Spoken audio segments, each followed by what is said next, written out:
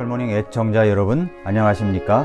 사람이 살아가면서 여러 가지 의사소통을 하며 좋은 관계로 살아가면 참 좋을 텐데 그렇지 못할 때가 참 많이 있습니다. 서로 이 관계가 악순환이 꼬이고 어렵고 힘든 관계가 될 수가 있습니다. 개와 고양이가 어떻게 지내는지 여러분 아십니까? 요즘에는 개를 키우는 사람도 있고 고양이를 키우는 사람도 있겠습니다만은 동물학자가 아니더라도 개와 고양이는 천적이 아니라고 이야기를 합니다. 개와 고양이는 서로가 소통할 수 없는 어떤 것을 갖고 있다고 사람들은 생각할지 모르지만, 그러나 개나 고양이를 키워본 사람, 또 동물학자가 아니더라도 그것은 아니라고 이야기를 합니다. 그것은 각자 성향이 다르기 때문에 그렇습니다. 개가 이제 고양이를 쫓아다닙니다. 그럼 고양이는 싫다고 도망갑니다. 왜 그럴까요? 그것은 개의 본능 때문에 그렇습니다.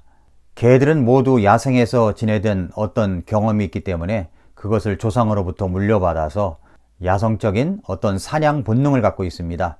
작은 강아지도 마찬가지입니다. 그래서 그 본능대로 움직이는 것입니다. 움직이는 물체만 보면 쫓아가려고 하는 성향을 갖고 있습니다. 고양이가 움직이면 그걸 쫓아가는 거죠. 개가 고양이를 좋아해서 쫓아간다기보다는 그런 본성적인 성향 때문에 그런 것입니다. 개와 고양이는 의사소통이 또한 서로 다릅니다. 개가 꼬리를 흔들면 같이 놀자는 이야기입니다. 그러나 고양이가 꼬리를 세우고 구부러뜨리면 자기가 화가 났다는 이야기입니다. 고양이가 꼬리를 세우고 구부렸습니다. 그러면 개가 생각할 때 제가 놀자고 그러는구나 생각하면서 이제 놀자고 쫓아갈 수가 있다는 겁니다. 고양이에게 접근합니다. 그러잖아도 화가 나 죽겠는데 이 다가오는 개를 향하여 고양이가 발로 코를 공격할 수가 있는 것입니다. 고양이는 자기 심정이 너무 불편한데 개가 생각도 없이 다가와서 자기하고 놀자고 하니까 그래서 코를 공격할 수가 있다는 것이죠. 그렇게 성향이 다릅니다. 그렇다면 개와 고양이는 조화롭게 살아갈 수가 없는 것일까요? 조화롭게 살아갈 수가 있다고 얘기합니다. 어렸을 때부터 같이 자라면 좋은 관계 속에서 살아갈 수가 있다고 합니다. 또 하나는 주인, 보호자, 이 중재자가 있으면 서로 좋은 관계 속에서 중재를 할 수가 있기 때문에 좋은 관계 속에서 살아갈 수가 있다는 것입니다. 예를 들어서 고양이는 싫어서 도망가는데 개가 쫓아갈 때 주인이 멈춰, 앉아 이러하면 개는 주인의 말에 순종을 하느라 그것을 멈출 수가 있기 때문에 좋은 중재를 할 수가 있다고 이야기를 합니다. 사람과 사람 사이의 의사소통도 그렇습니다. 세상은 나 같지 않은 사람들이 전부입니다. 다 나 같지가 않습니다. 그런데 다른 사람들도 나 같은 줄 알고 그렇게 접근을 했다가 어려운 관계, 어려운 어떤 고통의 관계를 지낼 때가 있습니다.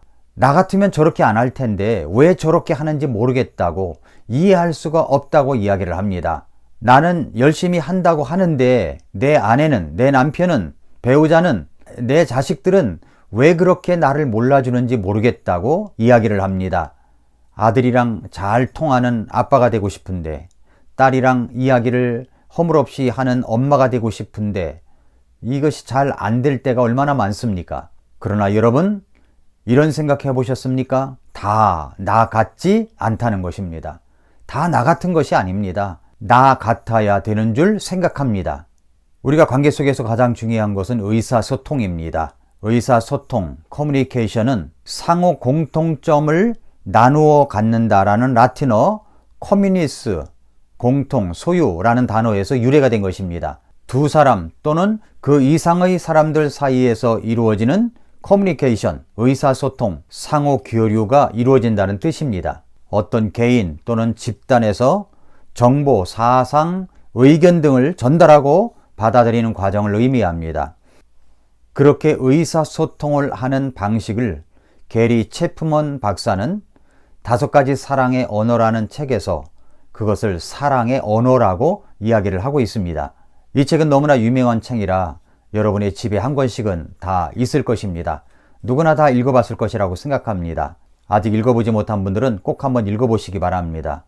읽었다고 생각하시는 분들은 다시 한번 읽어보시기 바랍니다. 오늘 제가 압축해서 5가지 사랑의 언어라는 책을 압축해서 말씀을 드릴 터인데, 이 5가지 사랑의 언어를 가지고 서로를 이해하고 또 받아들임으로 말미암아 사랑의 표현을 정확하게 그 사람의 언어로 전달하는 우리 모두가 되었으면 좋겠습니다. 게리 체프먼 박사는 인간관계 상담가로 수십 년간 오랫동안 일해왔던 사람입니다. 내가 사랑하는 사람이 있습니다. 내가 그 사랑하는 사람에게 대한 나의 사랑의 표현을 나의 방식으로 한다는 그 자체가 어려운 어떤 관계, 그러니까 이 소통이 안 될 수가 있다는 것입니다. 그것은 사랑의 언어가 다르기 때문입니다. 사랑하지만 언어가 다른 것입니다. 예를 들어서 저는 한국어를 쓰고 있는데 중국어를 쓰고 있는 사람이 있다고 합시다. 그러면 제가 중국어로 그 사람을 사랑한다고 이야기를 해야 되는데 한국어로만 이야기한다면 그 사람이 알아들을 수가 있겠습니까? 마찬가지로 우리의 의사소통 방식에도 그와 같은 사랑의 언어가 있다고 이야기하는 것입니다. 그래서 우리가 정말 사랑하는 사람에게 나의 사랑을 표현하기 위해서는 그 사람의 언어를 이해할 줄 알고 읽을 줄 알아야 됩니다. 그 사랑의 언어는 5가지입니다. 인정하는 말, 함께하는 시간, 스킨십, 봉사, 선물, 이렇게 5가지입니다. 여러분의 사랑의 언어는 무엇입니까? 어떤 것이 여러분의 이 5가지 중에서 제1의 첫 번째의 사랑의 언어입니까? 내가 사랑하는 사람은 어떤 언어를 갖고 있을까요? 우리 한번 같이 생각해 보겠습니다. 첫 번째는 인정하는 말입니다. 인정하는 말, 함께하는 시간, 스킨십, 봉사, 선물, 이 중에서 인정하는 말, 제1의 사랑의 언어를 가진 사람이 있습니다. 이런 사람은 누가 어떻게 행동을 하느냐, 어떤 선물을 주느냐, 어떤 봉사를 하느냐, 이것보다도 가장 중요한 것이 뭐냐면 그 사람이 어떻게 말을 하느냐, 이것에 가장 마음에 좌우되는 그런 영향을 받는 것입니다. 물론 선물도 좋고 스킨십도 좋고 봉사도 좋고 여러 가지가 좋겠죠. 그러나 가장 제1의 사랑의 언어는 바로 말인 것입니다. 말로 자신을 표현해 줄 때, 말로 인정해 줄 때, 그때 크나큰 행복을 느끼는 것입니다.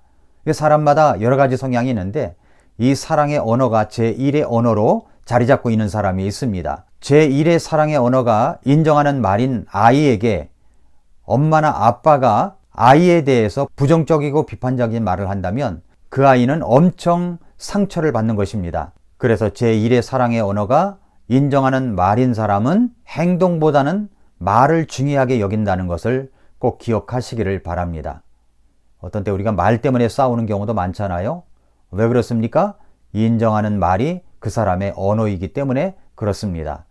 두 번째로는 함께하는 시간입니다.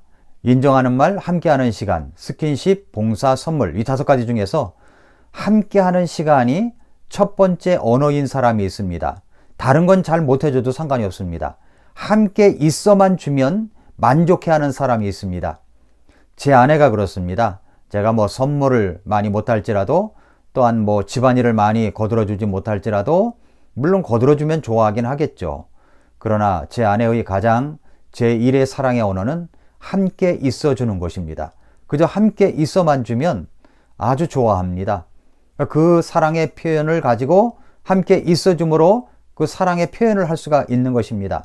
단순히 함께 있어만 주는 것이 아니라 TV를 끄고 하던 일을 멈추고 그 사람과 대화를 하고 집중하는 것이죠. 이것이 바로 진정한 함께 있어주는 시간입니다. 만약에 대화를 하면서 멀티플레이를 한다. 이것은 그 사람에게 상처가 될 수가 있습니다. 그러므로 그 상대방의 나의 사랑하는 사람의 제1의 언어가 함께하는 시간인가? 이걸 유심히 또 잘 살펴보면 알 수가 있습니다. 세 번째는 스킨십입니다. 인정하는 말, 함께하는 시간, 스킨십, 봉사, 선물, 이 5가지 사랑의 언어 중에서 스킨십을 유난히 제1의 사랑의 언어로 좋아하는 사람이 있습니다. 예를 들어서 그냥 인정하는 말을 해주는 것이 아니라 함께 있어주는 것이 아니라 손을 잡아준다든가 또 이렇게 포옹을 한다든가 아니면은 어깨를 두들겨준다든가 이렇게 하면 그것이 정말 적극적인 사랑의 표현으로 나를 사랑해주고 있구나, 이렇게 느낌이 가장 큰 사람이 있습니다. 이 사람은 바로 제1의 사랑의 언어가 바로 이 스킨십인 것을 알 수가 있습니다. 그래서 어떤 사람에게 터치하는 것을, 만져주는 것을 싫어하는 사람이 있지 않습니까? 그것은 그 아이가 제1의 사랑의 언어가 스킨십이 아니기 때문에 그렇습니다. 스킨십이 사랑의 언어가인 아이에게 다가가서 함께 안아주고 포옹을 해주면서 인정하는 말을 해준다면 그 아이는 더할 나위 없이 아주 엄청 큰 사랑을 느끼게 될 것입니다. 네 번째는 봉사가 사랑의 언어인 사람이 있습니다. 다른 것은 눈에 들어오지 않습니다. 인정하는 말, 함께하는 시간, 스킨십, 봉사, 선물이 있지만 다른 것보다도 나를 위해서 저분이 어떤 일을 해줄 때, 행동을 할 때, 그때 그 사랑을 가장 크게 느끼는 사람이 있습니다. 나를 위해서 쓰레기를 버려준다든가, 나를 위해서 음식물 쓰레기를 버려준다든가, 나를 위해서 청소를 해준다든가, 나를 위해서 무엇을 해줄 때, 그때 행동을 할 때, 그때 가장 강력한 사랑을 느끼는 사람, 그 사람은 제1의 사랑의 언어가 봉사인 것입니다. 마지막 다섯 번째는 선물이 제1의 사랑의 언어인 사람이 있습니다. 인정하는 말, 함께하는 시간, 스킨십, 봉사, 선물. 이 다섯 가지는 어느 정도는 다 사람들이 좋아한다고 생각이 됩니다. 그러나 유난히 더 크게 느껴지는 것, 어떤 사람은 그 선물을 받을 때 그 사람이 진정 나를 사랑하고 있구나 라고 느끼는 것입니다. 선물도 엄청나고 비싸고 좋은 선물이 아니라 의미가 깃들여진 선물을 나에게 줄 때 그때 얼마나 좋아합니까? 기뻐합니까? 그래서 그 선물이 가장 큰 사랑의 언어로 자리 잡은 사람이 있습니다. 그런 사람에게는 꽃 한 송이라도 아니면 자그마한 선물이라도 의미를 깃들여서 편지라도 써서 이렇게 전해줄 때 그 사람은 더할 나위 없는 큰 사랑을 느끼는 것입니다. 아, 나를 소중하게 여기고 배려하기 때문에 이런 대가를 치르고서라도 나에게 귀한 선물을 해주고 있구나. 이렇게 느낄 때 그것보다 강력한 사랑의 언어는 없는 것입니다. 게리 체프먼 박사는 이런 말을 했습니다. 사랑하지 않아서 소통이 안 되는 것이 아니다. 우리는 서로 다른 사랑의 언어를 사용하기 때문에 소통되지 않는다. 외국어를 배우듯 사랑의 언어 또한 배워야 한다. 정말 맞는 말이라고 생각합니다. 사랑하는 애청자 여러분, 어떤 사람에게 내가 사랑하는 방식으로 다가갔다가 큰 상처를 받는 사람이 있을 수 있습니다. 그것은 그 사람의 사랑의 언어가 아닌 내가 좋아하는 언어로 다가갔기 때문에 그런 것입니다. 우리가 사랑을 표현할 때 내가 사랑하는 언어가 아니라 그 사람이 사랑하는 사랑의 방식으로 우리가 가까이 할 때 그 사람이 좋아하고 인정해 줄 수가 있는 것입니다. 우리는 부부간에도 좀 조심해야 된다고 생각합니다. 그렇게 오래 살았는데도 불구하고 내 배우자의 사랑의 언어를 몰라서 늘 어려운 관계 속에 있는 사람들이 있습니다. 사랑의 언어를 배우십시오. 외국어를 배우듯 배우십시오. 연구하십시오. 그렇게 하나하나 그 배우자의 사랑의 언어로 사랑할 때, 자녀들의 사랑의 언어로 사랑을 표현할 때 정말 행복한 관계, 행복한 가정이 되지 않겠습니까? 여러분은 어떻습니까? 어떤 사랑의 언어를 가지고 있습니까? 내 사랑하는 사람은 어떤 사랑의 언어를 가지고 있습니까? 5월은 가정의 달입니다. 이렇게 사랑의 언어를 배워서 서로 간에 그 사람의 사랑의 방식으로 표현함으로 말미암아 아름다운 가정, 복된 가정을 이룰 수 있기를 바랍니다. 사실 하나님께서도 우리가 사랑하는 사랑의 필요를 가지고 이 땅에 예수님을 보내주셨습니다. 하나님이 세상을 이처럼 사랑하사 자신의 독생자를 주셨다고 하셨기 때문에 그렇습니다. 요한일서 4장 19절에는 우리가 그분을 사랑함은 그분이 먼저 우리를 사랑하셨기 때문이라고 했습니다. 그러므로 그분이 우리를 사랑하는 그 방식으로 우리 주님이 원하시는 사랑이 무엇인가를 알아서 우리 주님 앞에 마음을 다하여 힘을 다하여 정성을 다하여 생각을 다하여 주님을 사랑하는 또 저와 여러분들이 될 수 있기를 바라고 여러분의 가정에도 그 사랑의 하모니가 울려 퍼지는 행복한 가정이 될 수 있기를 바랍니다. 아침마다 새롭다. 오늘도 미라클 모닝입니다.